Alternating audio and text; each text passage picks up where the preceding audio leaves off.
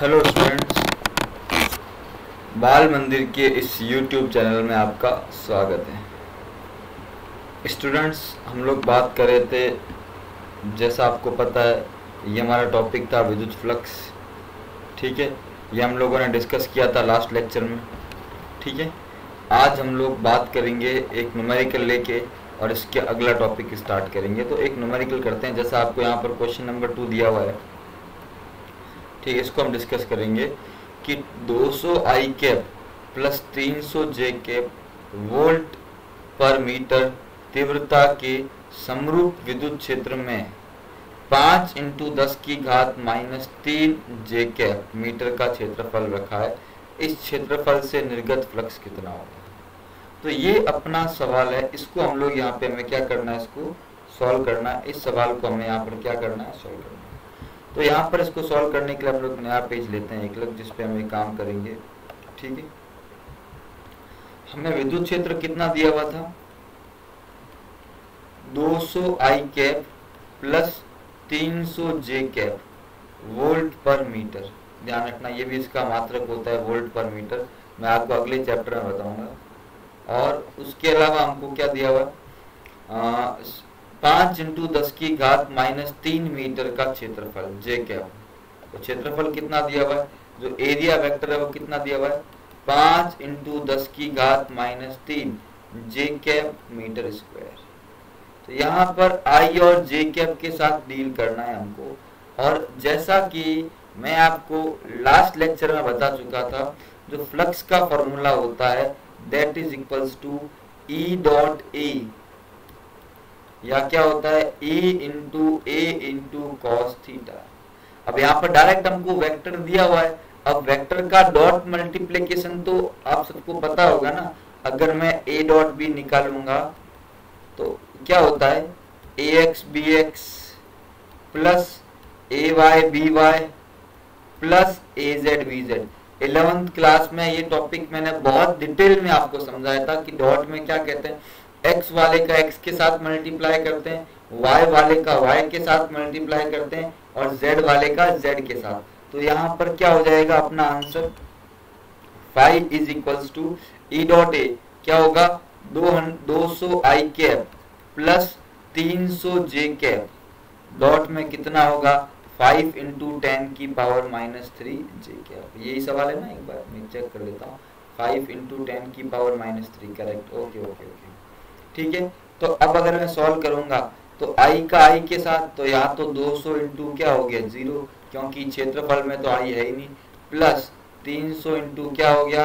5 × 10⁻³ यहाँ क्या हो गया? 0, प्लस यहाँ क्या हो गया? 1500 × 10⁻³ बराबर 1.5। आंसर आ गया अपना। क्या आ जाएगा? Volt upon metre into metre square, या वोल्ट इंटू मीटर। दोनों आंसर हमारे क्या है? करेक्ट है। या आंसर देखो नीचे क्या आ गया? 1.5 वोल्ट इंटू मीटर। तो ये एक छोटा सा न्यूमेरिकल था जो मैंने कल विद्युत फ्लक्स का टॉपिक करवाया था, उसके ऊपर लिया है मैंने न्यूमेरिकल। ध्यान रखना, तो ये न्यूमेरिकल आपको ध्यान रखना है, पता होना चाहिए। ठीक है, अब मैं देखता हूँ मेरे पास अगर कोई और न्यूमेरिकल है तो मैं आप लोगों को होमवर्क में दे देता हूँ। एक सेकेंड।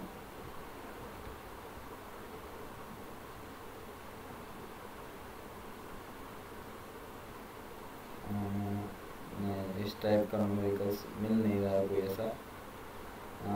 ये रहा एक न्यूमेरिकल है, ये रहा।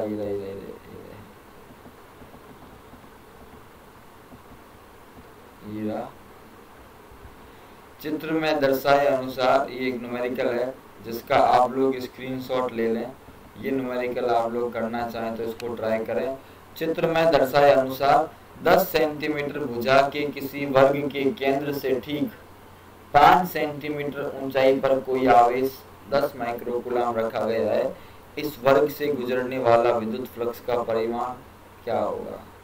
वैसे इसको करने के लिए मैं एक आपको मेथड बताऊंगा, गॉस का नियम। पर ये न्यूमेरिकल है, अभी इसको एक बार लोड कर लो। ठीक है, मैं गॉस के नियम से इसको बहुत इजी कर दूंगा, और एक बार इसको नोट कर लें। ये न्यूमेरिकल आपको ध्यान रखना है। और कोई न्यूमेरिकल रहता है तो बताता हूँ मैं आपको। नहीं, इतना ही न्यूमेरिकल, एक ही न्यूमेरिकल है अपने पास जो मैंने आपको बता दिया। अब हम आते हैं अपने अगले टॉपिक के ऊपर, ठीक है। तो ये तो हम लोगों ने कर दिया। अब हम बढ़ते हैं अपना अगला टॉपिक जिसकी हम डिस्कस करने वाले हैं। तो उस टॉपिक के ऊपर आते हैं। एक सेकेंड, हाँ ये टॉपिक अपना यही टॉपिक है, इसको आगे बढ़ाते हैं। गॉस का नियम हमें स्टार्ट करना है, पर गॉस के नियम से पहले हमें बहुत सारी चीज़ें और भी डिस्कस करनी है, तो उसी को आज हम डिस्कस करने वाले हैं। और ये लास्ट टॉपिक है इस चैप्टर का, जो हमें बहुत डिटेल में इसको अच्छे से डिस्कस करना है। जितने भी ये पूरा हमको पढ़ना है, अभी 2-3 लेक्चर आप और मान के चलें इस टॉपिक के लिए। हाँ ये रहा अपना टॉपिक, ये हमारा टॉपिक आज का, सतत आवेश वितरण। टॉपिक क्या है हमारा, देखो आपको बोर्ड के ऊपर दिखाई दे रहा है, सतत आवेश वितरण, ये हमारा टॉपिक है आज का, ध्यान रखना। इसको बोलते हैं कंटिन्यूअस चार्ज डिस्ट्रीब्यूशन। क्या कहते हैं इसको, कंटिन्यूअस चार्ज डिस्ट्रीब्यूशन।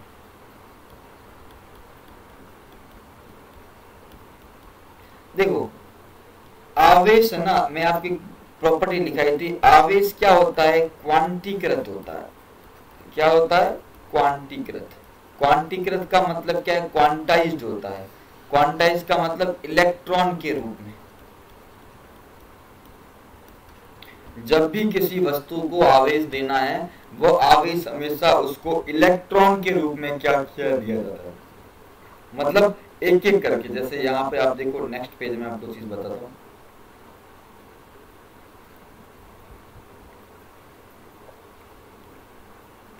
ये उसका स्क्रीनशॉट लेना हो तो ले लेना, ठीक है। अब जैसे मैंने, ये एक वस्तु है, इसको आवेश दिया, इसको नेगेटिव देना है, तो मैं क्या करूंगा, पहले एक इलेक्ट्रॉन दिया, फिर दूसरा इलेक्ट्रॉन दूंगा, फिर तीसरा इलेक्ट्रॉन, तो एक एक करके आवेश दिया जाता है। तो एक एक करके आवेश दिया जाता है, मतलब आवेश क्या है, टुकड़ों में दिया जाता है, मतलब आवेश कैसा हो गया, असतत, नॉन कंटिन्यूअस। पर ऐसा होता नहीं है। हम जब आवेश की बात करते हैं कंटिन्यूअस, क्योंकि किसी वस्तु को ऐसा थोड़ी कि एक इलेक्ट्रॉन दिया जाएगा।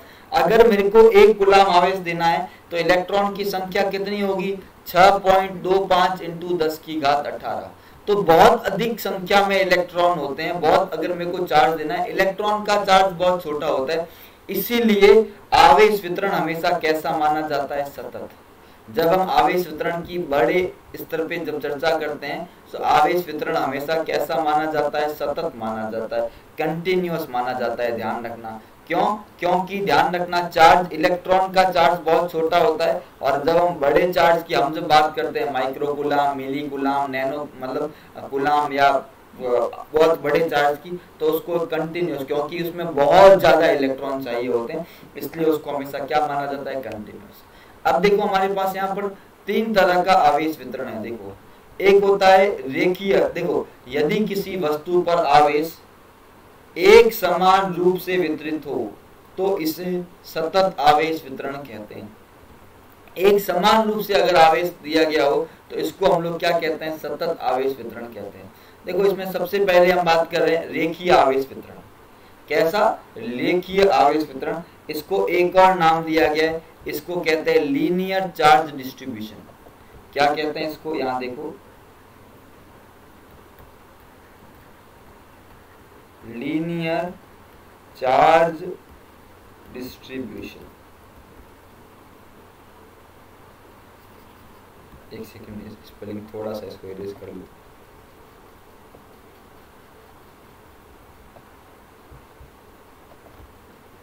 इसको क्या कहते हैं, लीनियर चार्ज डिस्ट्रीब्यूशन। तो इस लीनियर चार्ज डिस्ट्रीब्यूशन की अगर बात करूं, तो यहां पर ध्यान रखना, अगर किसी वस्तु को चार्ज दें, और चार्ज एक रेखा के अनुदिश, एक पतला तार हो, जैसे देखो यहाँ पर आ जाओ, मैं थोड़ा सा नीचे, इसी में नीचे कर लेता हूं। जैसे अगर एक पतला सा तार है ऐसा, ठीक है, अब मैं क्या कर रहा हूं, इस तार को आवेश दे रहा हूं, तो मैंने मान लो इसको प्लस आवेश दिया। प्लस आवेश का मतलब इसको इलेक्ट्रॉन दिए। क्या किए, इसको इलेक्ट्रॉन दिए। अब आप देखोगे कि ये इलेक्ट्रॉन इसके ऊपर एक समान रूप से वितरित हुए कि नहीं हुए। तो ये कैसा वितरण हुआ, रेखीय आवेश वितरण। क्या हो गया, रेखीय आवेश वितरण। अब एक शब्द आएगा रेखीय आवेश घनत्व। क्या आएगा, रेखीय आवेश घनत्व। रेखीय आवेश घनत्व का मतलब क्या होता है, किसी तार की एकांक लंबाई पर,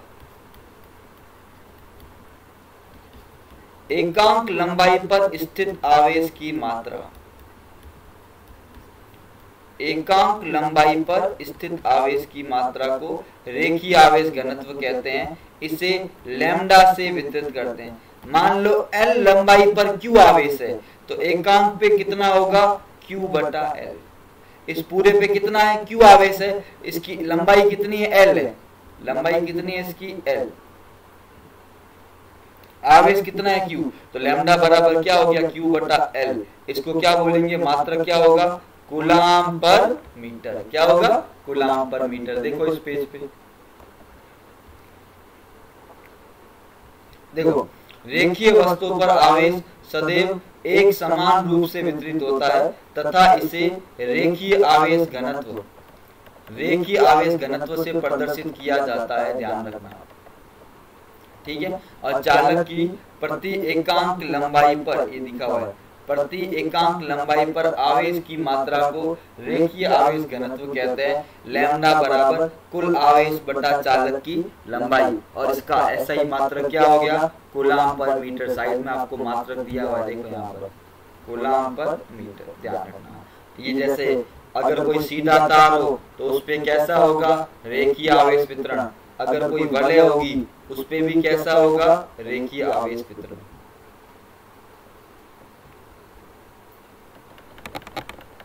देखो सीधा तार, वृत्ताकार वलय, इन पे कैसा आवेश वितरण होता है, रेखीय आवेश वितरण होता है। ठीक है। इसका आप स्क्रीनशॉट लेना चाहें तो ले लें एक बार, रेखीय आवेश वितरण के बारे में इसका आप स्क्रीनशॉट ले सकते हैं अच्छे से। आई थिंक आपको सारा बात समझ में आ गई, रेखीय आवेश वितरण क्या होता है, कैसे होता है, आप इसको कंप्लीट तरह से क्या कर चुके हैं, समझ चुके हैं, ध्यान रखना। ठीक है। अब हम बात करते हैं आगे, दूसरा क्षेत्रीय आवेश वितरण, पृष्ठीय आवेश वितरण। इसको बोलते हैं सरफेस चार्ज डिस्ट्रीब्यूशन। क्या बोलते हैं इसको, सरफेस चार्ज डिस्ट्रीब्यूशन, या इसको क्षेत्रीय आवेश वितरण भी कहते हैं, ध्यान रखना, सरफेस चार्ज डिस्ट्रीब्यूशन। यदि वस्तु का पृष्ठ क्या हो, सममित हो, कैसा हो, सममित हो, और आवेश संपूर्ण पृष्ठ पर एक समान रूप से क्या होता है, वितरित होता है, तो इसे पृष्ठीय आवेश घनत्व सिग्मा, यहाँ पर देखो सिग्मा। ठीक है। तो ये ध्यान रखना, यहाँ पर देखो मैं डायग्राम में बताता हूँ। जैसे मान लो ये हमारे पास एक वस्तु है, इसको आवेश दिया, आवेश इसके ऊपर एक समान रूप से क्या हो गया, वितरित। तो ये कैसा हो गया, पृष्ठीय आवेश वितरण। अब इसको लिखते हैं, यहाँ आता है पृष्ठीय आवेश घनत्व। क्या आता है, पृष्ठीय आवेश घनत्व। इसको बोलते हैं सरफेस चार्ज डेंसिटी। क्या बोलते हैं इसको, सरफेस चार्ज डेंसिटी। और क्या होगा, किसी वस्तु के एकांक क्षेत्रफल या किसी पृष्ठ के एकांक क्षेत्रफल पर आवेश की मात्रा। जैसे इस पूरे पृष्ठ पर Q आवेश है, इसका क्षेत्रफल A है, तो इसके एकांक क्षेत्रफल पे कितना आवेश होगा, सिग्मा बराबर Q बटा A। इसी को बोलते हैं पृष्ठीय आवेश घनत्व। मात्रक क्या हो जाएगा इसका, कूलाम अपॉन मीटर स्क्वायर। यहाँ से परिभाषा पूछते हैं, रेखीय आवेश घनत्व वस्तु की एकांक लंबाई पर आवेश की मात्रा, पृष्ठीय आवेश घनत्व वस्तु के एकांक क्षेत्रफल पर आवेश की मात्रा। लैम्डा बराबर Q बटा L, सिग्मा बराबर Q बटा A। लैम्डा का मात्रक कूलाम पर मीटर स्क्वायर और सिग्मा का मात्रक लैम्डा का कूलाम पर मीटर और सिग्मा का कूलाम पर मीटर स्क्वायर। तो ये सारी बात आपको क्या करनी है, ध्यान रखनी है। ठीक है ना। तो ये कौन सा हो गया, पृष्ठीय आवेश घनत्व। आ जाओ यहाँ पर वापस स्क्रीन पे। यदि वस्तु का पृष्ठ सममित हो तो संपूर्ण आवेश पृष्ठ पर एक समान रूप से वितरित होता है। इसे पृष्ठीय आवेश घनत्व से प्रदर्शित किया जाता है। किसी चालक के प्रति एकांक क्षेत्रफल, यहाँ पर दिया हुआ है, प्रति एकांक क्षेत्रफल पर आवेश की मात्रा, प्रति एकांक क्षेत्रफल पर आवेश की मात्रा को पृष्ठीय आवेश घनत्व कहते हैं, Q बटा A। समतल आवेशित प्लेट, आवेशित चालक गोला, यहाँ ध्यान रखना अगर कोई गोला आवेशित है, जैसे मैंने एग्जांपल लिया आवेशित चालक गोला, गोला 3D होता है, पर ध्यान रखना चालकों पे आवेश सदैव क्या होगा, उसकी बाहरी सतह पे होगा, उसके अंदर कभी भी नहीं जाएगा। तो जब मैं आवेशित चालक गोले की बात करूंगा तो वहां पर पृष्ठीय आवेश घनत्व होगा, पर अगर कुचालक गोला होगा, कैसा होगा, कुचालक गोला, उस केस में आवेश क्या हो जाएगा, उसके अंदर वितरित होगा, जबकि चालकों में आवेश सदैव उसकी सतह पर रहता है, कुचालकों में उसके अंदर आता है। तो कुचालक गोला होगा तो आयतन आवेश घनत्व की बात करेंगे, और चालक गोला होगा तो क्षेत्रीय आवेश घनत्व या पृष्ठीय आवेश घनत्व की क्या करेंगे, बात करेंगे। तो ये आपको ध्यान रखना है, मेन डिफरेंस चालक और कुचालक में, ये आपको मेन अंतर क्या करना है, ध्यान रखना है, आपको पता होना चाहिए। देखो इधर आ जाओ पेज पे,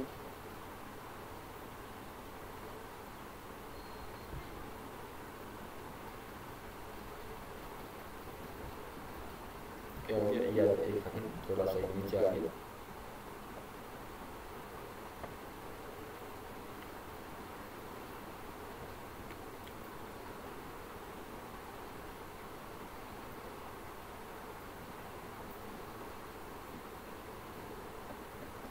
ठीक है।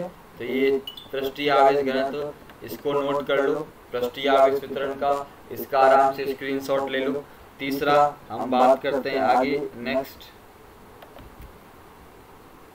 आयतन आवेश वितरण की बात करते हैं। जब आवेश वस्तु के संपूर्ण आयतन में वितरित हो तो इसे आयतन आवेश घनत्व रो द्वारा प्रदर्शित किया जाता है। ध्यान रखना यहाँ पर क्या है, आयतन आवेश वितरण, इसको बोलते हैं वॉल्यूम चार्ज डिस्ट्रीब्यूशन। क्या बोलते हैं इसको, वॉल्यूम चार्ज डिस्ट्रीब्यूशन। इसमें क्या होगा, यहाँ पे आयतन आवेश घनत्व क्या होता है, चालक के एकांक आयतन में आवेश की मात्रा, चालक के एकांक आयतन में आवेश की मात्रा, यहाँ पर थोड़ा सा ये हो गया, चालक के एकांक आयतन में आवेश की मात्रा, ध्यान रखना को आयतन आवेश घनत्व कहते हैं। रो बराबर कुल आवेश बटा कुल आयतन, Q बटा V। मात्रा क्या हो गया, कूलाम पर मीटर क्यूब। यहाँ पर कैसा होगा, आवेशित कुचालक गोला। तो ध्यान रखना अगर आवेशित चालक गोला आएगा तो पृष्ठीय आवेश वितरण, और कुचालक गोला आएगा तो आयतन आवेश वितरण। तो इस प्रकार से आवेश वितरण का टॉपिक आप लोगों के हो गया कंप्लीट। आवेश वितरण की सारी बात मैं आपको बता चुका हूँ, क्या होता है क्या नहीं होता है, हम लोग सारी चीजें यहाँ पर कर चुके हैं। किसके बारे में, आवेश वितरण के बारे में, ठीक है। अब हम नेक्स्ट आगे बढ़ते हैं। आगे हमारा टॉपिक है गॉस का नियम। टॉपिक कौन सा है आगे का, गॉस का नियम, जो बहुत ज्यादा इंपॉर्टेंट टॉपिक है। Next topic is our Gauss, next topic Gauss का नियम।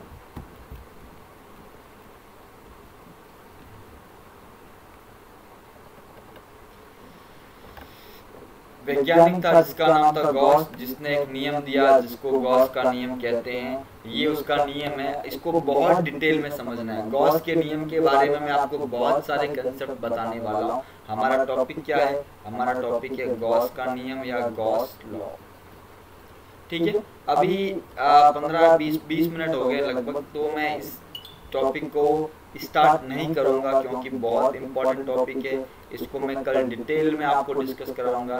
तो आज के लेक्चर के लिए इतना ही रखता हूं मैं, ठीक है ना। और वरना अदरवाइज क्या होगा, अगर मैं इस टॉपिक को अभी कर लेता हूं तो फिर क्या होगा, क्योंकि स्टार्ट भी नहीं होगा खत्म भी नहीं होगा। तो कल का पूरा लेक्चर हमारे गॉस के नियम के ऊपर, जहाँ पर मैं आपको बताऊंगा गॉस का नियम क्या है, उसके कुछ इंपॉर्टेंट फैक्ट्स, और गॉस का नियम कहाँ कहाँ एप्लीकेबल है नहीं है, वो सारी चर्चाएं बताऊंगा। और उसके बाद 2 लेक्चर के अंदर गॉस के नियम के अनुप्रयोग, तो 3 लेक्चर मान के चलो अगले हफ्ते में जब आपका मंगलवार, गुरुवार, शनिवार होगा तब तक ये चैप्टर आपका कंप्लीट हो जाएगा। और बहुत बड़ा चैप्टर है, इलेक्ट्रोस्टैटिक का बहुत इंपॉर्टेंट चैप्टर है जो हम कंप्लीट कर चुके होंगे। तो आप लोग बस वीडियो को इसी तरह से देखें, चैनल को लाइक करें, सब्सक्राइब करें, वीडियोस को लाइक करें और ज़्यादा से ज़्यादा शेयर करें। जितना ज़्यादा हो सके उतना आप इनको शेयर करें ताकि आप लोग आपको चीज़ें अच्छे से समझ में आए और हम लोग भी आपके लिए अच्छे से अच्छे वीडियो बनाएं। ठीक है, तो तब तक के लिए ऑल द बेस्ट बच्चों, मिलते हैं अगली क्लास के अंदर। थैंक यू सो मच बच्चों।